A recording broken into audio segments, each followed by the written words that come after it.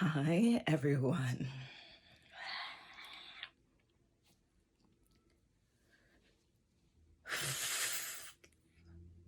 I'm so nervous to do this video, but I was motivated because I think I need to talk about it.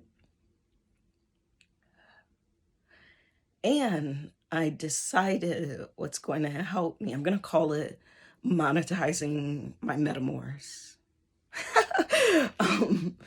Oh my God, it's the first time I said that out loud, but that's also what's going to help me get through this. Who am I right now?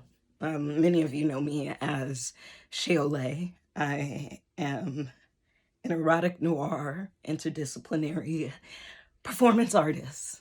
And for some of you, that means I'm a burlesque dancer, a pole dancer, theater artist, many things.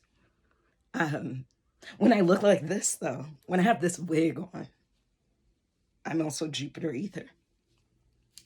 And it's interesting because I feel like who experiences the things versus who tells it is also different. And what I mean by that is most people's point of entry into me is through my burlesque persona, my stage name. Most humans who engage with me on a day-to-day basis, like you all, don't actually know my given name, and that's by choice, right? And so when you engage with me like this and you express your interest, or because of the way I present myself to the world, you are drawn to Sheolay, not my muggle self. And I think that's part of probably the challenge. So why am I monetizing my Metamours? Think because nothing else works. Like, no, has not worked for over a year and a half. Asking for a sober, neutral conversation was rejected. And frankly, I'm all out of fucks and I'm all out of ideas. And I remember telling a friend I didn't want to be the project manager for some of the situations I was dealing with, and especially because it involved two white women. And my patience for white women who are Karens is apparently it's high, but it's not. But I'm with somebody, I can't just, this isn't just on Metamours, this is on myself, and this is also on The Hinge, my former partner.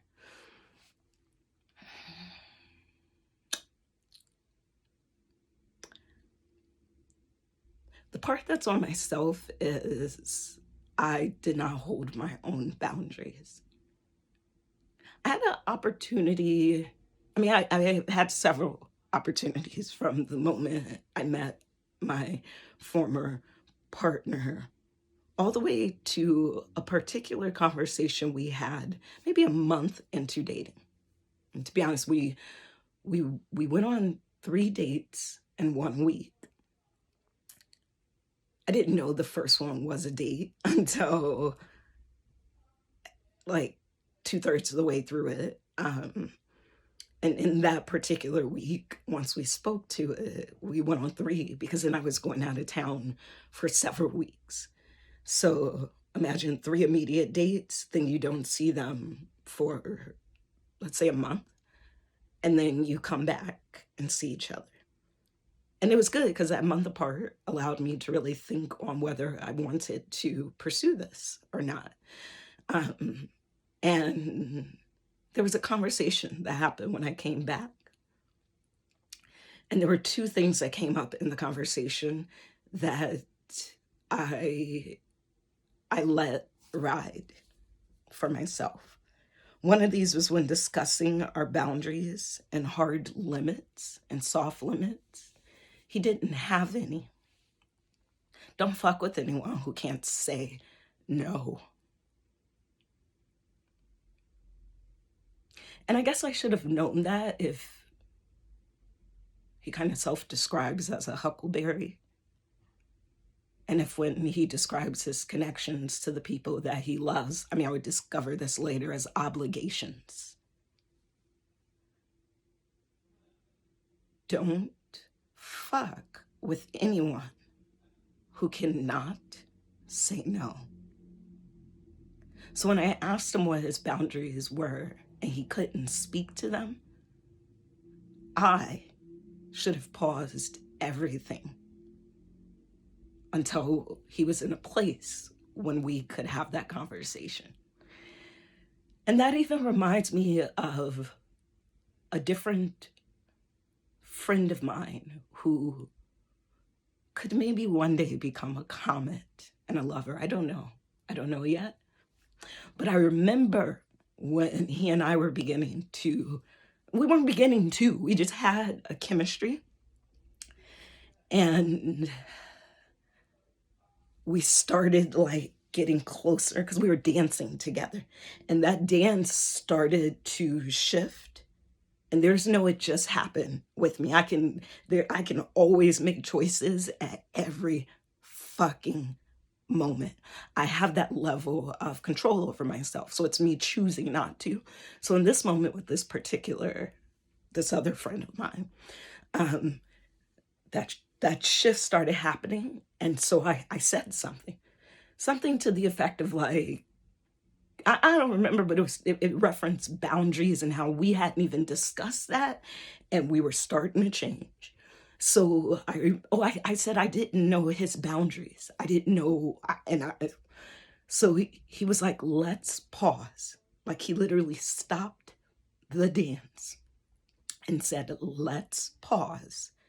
And then he told me what his boundaries and limits were. It was so fucking refreshing. He was like, it rained. I should have took some fucking notes. But it was beautiful to see someone pause and be like, wait, let me tell you. Then he asked what my boundaries were. And I couldn't think of them in that moment. I wasn't even prepared. I don't know. I didn't know yet. That was honestly the thing. And I said that. So he even said, considering these are my boundaries and you don't know yours right now, let's like shift what's happening right now, right? Let's create some space for that. And we can draw closer when we've had that conversation. That was very adult. And I could have modeled that with my ex. And why didn't I? I wanted to fuck him so bad. And I remember speaking to this because one of the questions we talked about it was whether or not we were aligned to actually connect. Like, were we in a headspace where we could even do this? And I'd been in that headspace for a month, right? Knowing I wanted to date him, but to have that conversation in the moment we did after international flights, and it was like 3 a.m. Like he'd cross state lines to pick me up from the airport to take me back to his place in another state. And I even lived in another state, like 3 states, and a flight and I wasn't even aligned. So I was not honest with myself. And even some of the answers I gave, or I answered them from the past month.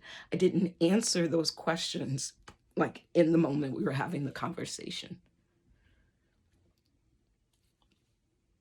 That would have like everything that happened after, which has been enough of an adventure that I can monetize it. It's been enough of an adventure that it led to me creating yet another brand. I did it partially to myself. Let me begin there. I disregarded my own boundary. Like, I know the exact moment when I could have said something, and I didn't. I have to own that. There's sometimes where I'm hesitating or pausing. It's because I didn't take notes. So I want to be intentional about what I share. And again, I share some of this because my relationship was public.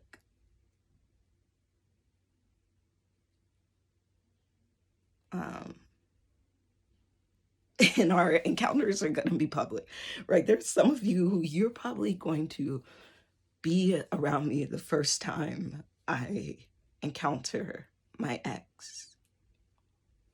And yeah, that had been giving me his severe anxiety. I'll tell you why. It's because I haven't seen or talked to him since, what do I call it? The incident? I need to give it a story or like a title. Are you ready for just, oh my God.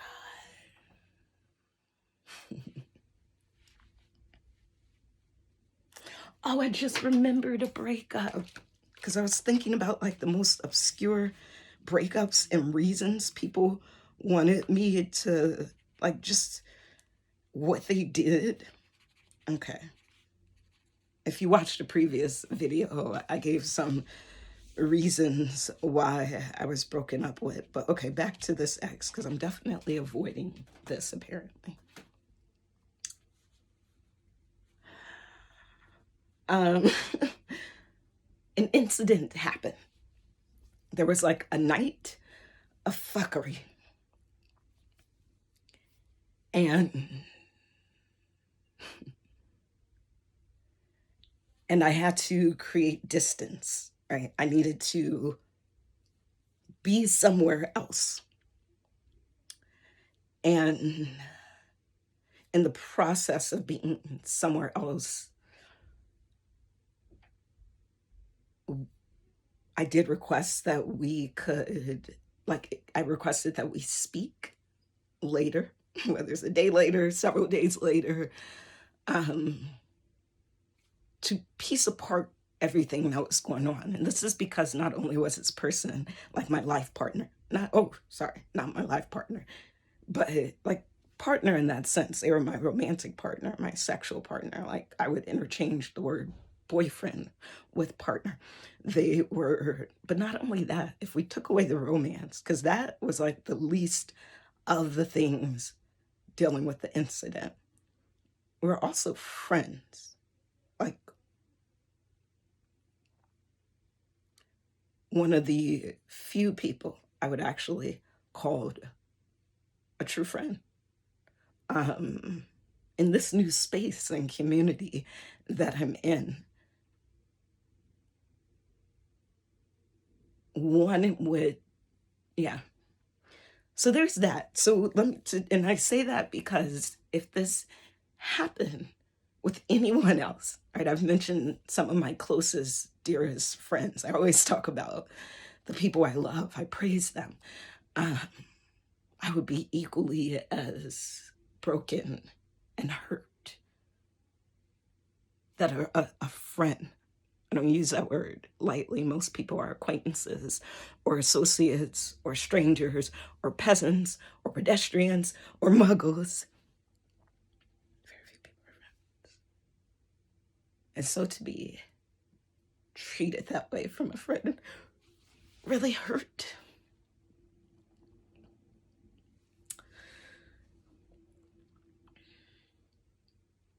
To be treated the way I was, just as a human, right? Even if you don't know the person at all, hurt. This was tied to business. And so the absolute disregard, right? Because that's why I want to have the conversation, to talk about these other things like our friendship and the business. I don't know. And I have anxiety because, I hadn't seen him since that night in person. We haven't spoken. I've reached out a couple times to ask if we could still have a conversation because I cared. And it was just absolute silence. So that's when I say I've been ghosted, that's the only way I can frame this breakup. And that an incident happened. Once I left, we were on the phone. Things were said. So I hung up. Like I hung up when he screamed, "Get the fuck out of my house," at me on the phone. It was just like, I don't need to hear anyone, especially a white man, scream at me like this after hurting me and lying to me and costing me money and many other things. So I hung up, right? I can't, I've had to listen to his Metamours or his lovers cry and bitch and moan. And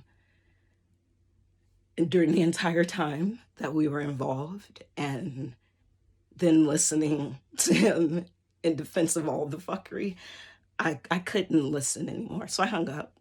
But like I said, like afterwards, I was like, when we've calmed down, can we talk about this? And that was a no. Maybe hanging up on him is his hard limit. I didn't think about that.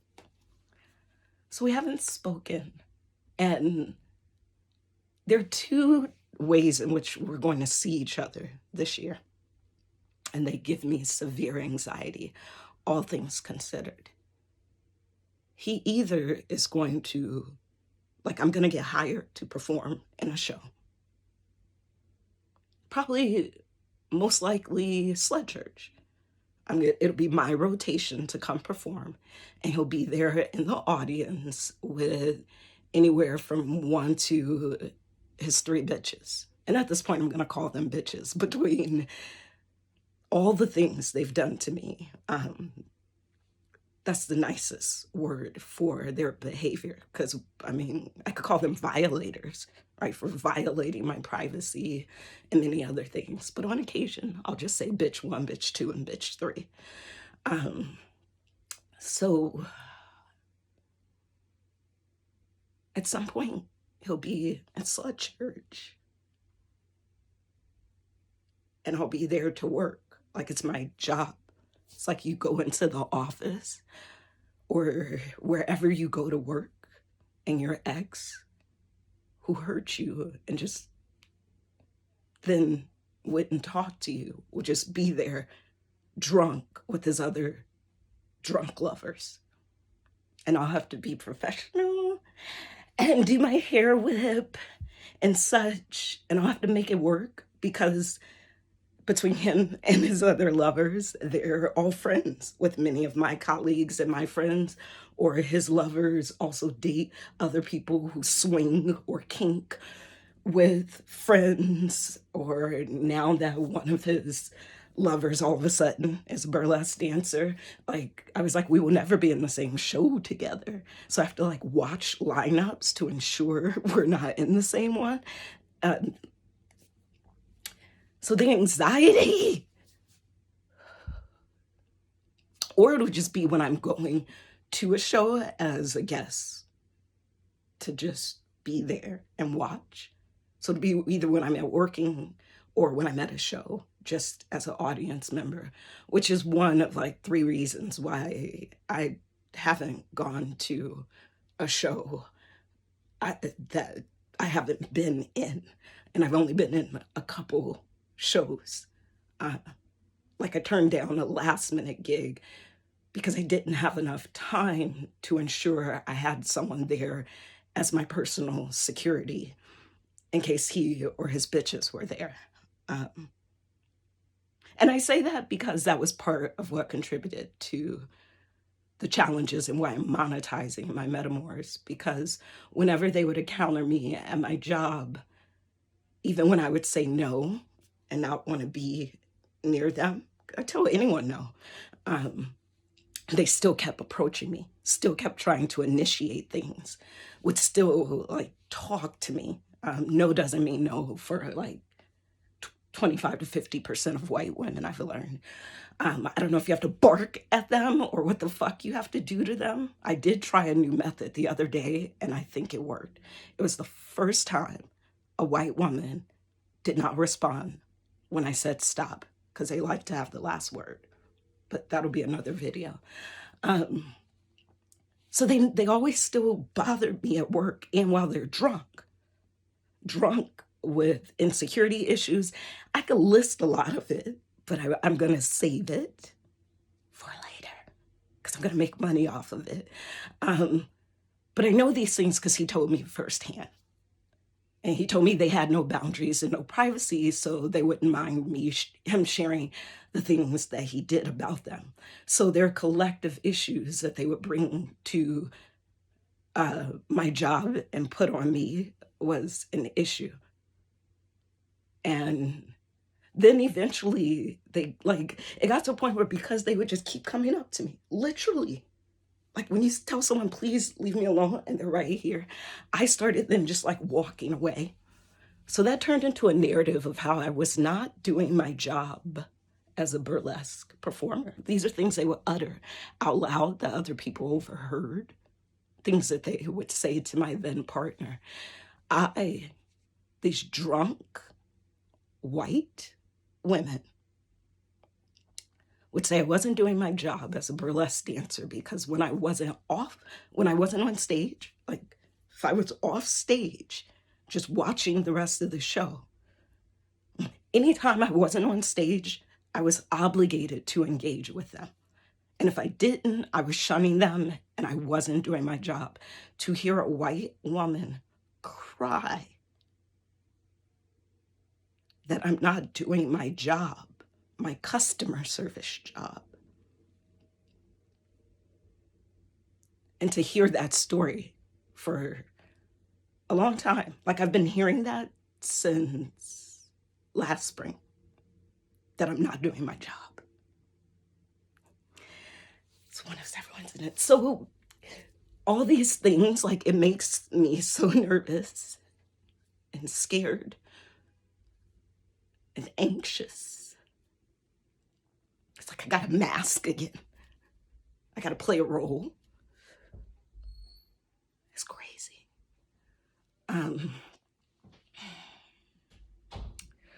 Another reason this is challenging is because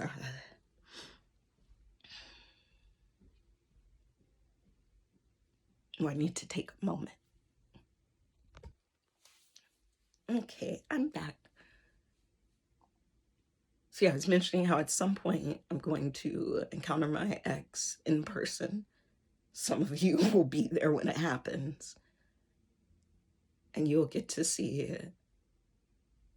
how great of an actress I am. So great that it might make you question how I feel about you. Oh, I remember. The other reason, like, as much as this gives me anxiety and such, one of the reasons it scares me is because I'm still fucking. Am I angry? I am angry.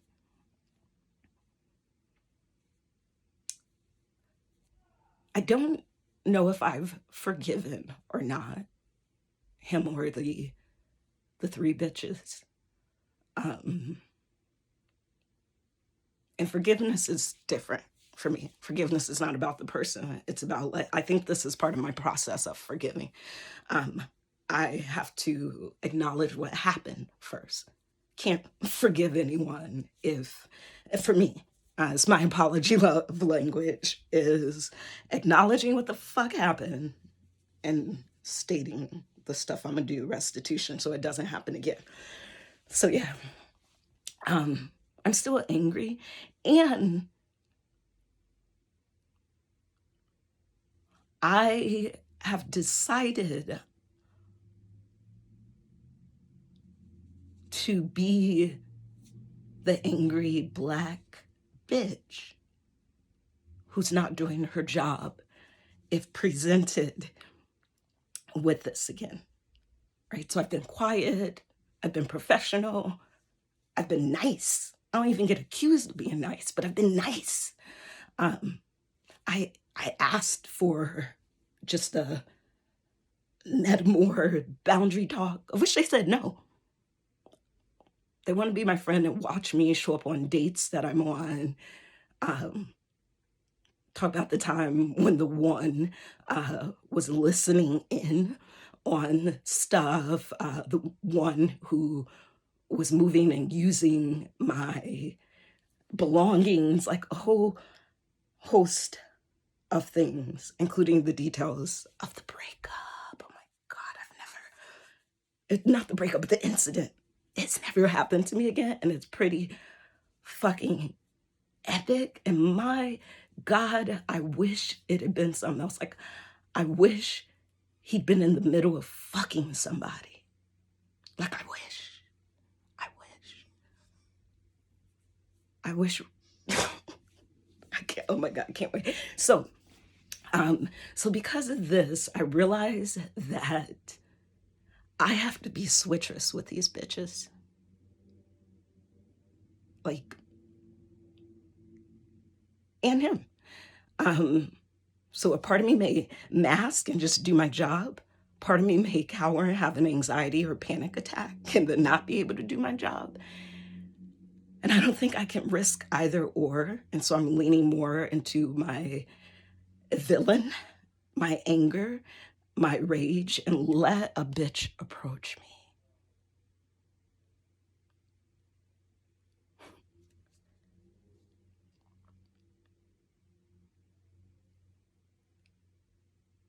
Now I want them to.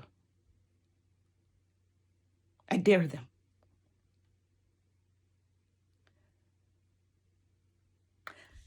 So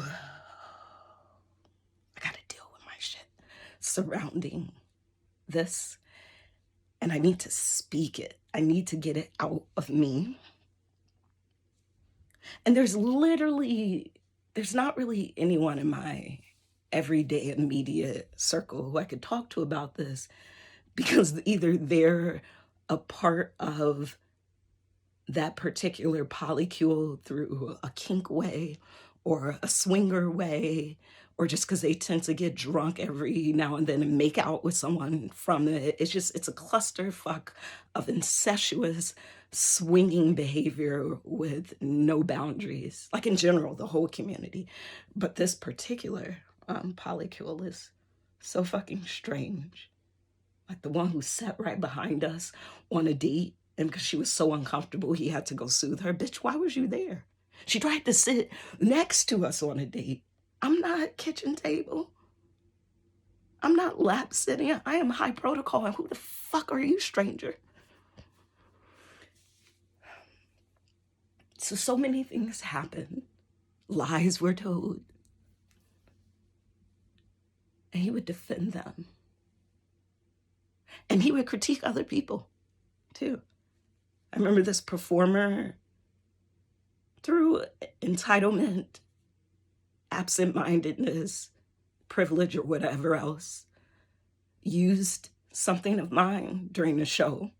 Like, I had a particular prop set, and it was preset, and she ended up using it, and it was a moment internally, though the audience did not know. And I remember this ex being livid about it. When I say livid, like, I had to check him for how he was critiquing her, the words he was using. He was livid. And he's like, oh, he's entitled. And I remember I was like, are you talking about that performance, or when one of your girlfriends kept using my stuff? Which one? Because they both. I mean, she only used it once, right? The performer grabbed a prop during one moment. Your girlfriend, over several months, have been playing fucking games and moving and using things. And then when confronted, and said, no, this happened 3 times. It happened 5, but I told him at 3. Then it was like, oh, oops. And I was like, so are you talking about Oopsie? Or are you talking about the performer? Because they both did the same thing. And I remember him saying that he didn't feel like they posed any physical danger, his girlfriends.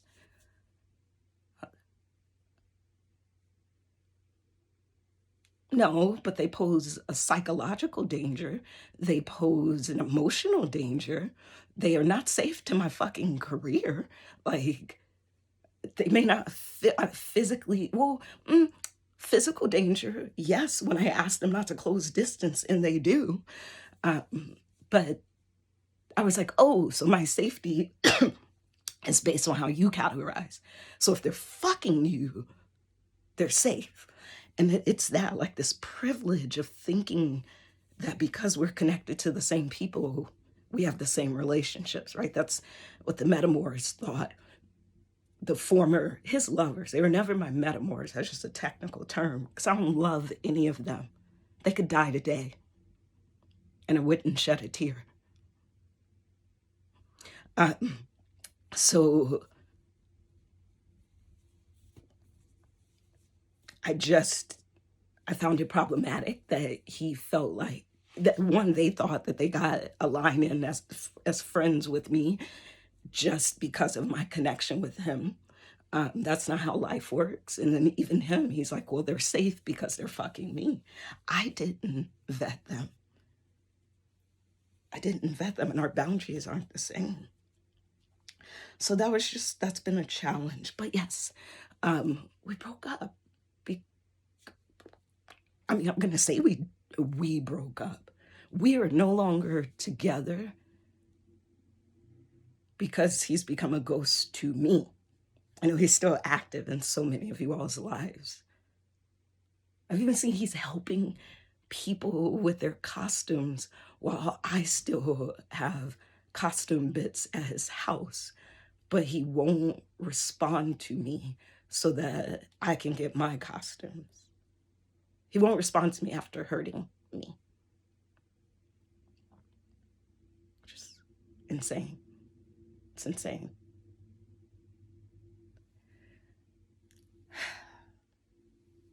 So, due to this last kind of public relationship I had, especially because it was with a white man, and because of all the interconnectedness, it's going to come up. And because he disregarded every consideration we put in place for what happens if things shift between us. Right? We had discussions like that, a number of them, like absolute disregard to every fucking thing that we said, if the exit strategy.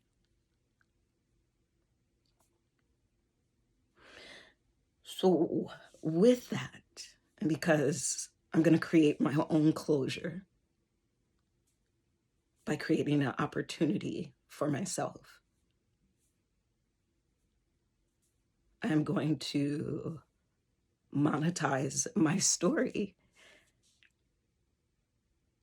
So I'm grateful for all the ways in this moment. I'm grateful for all the ways they cross the line into my life because it becomes my content. And I got to figure out, I'm going to have some fun with this. I am. I'm going to have fun with my healing.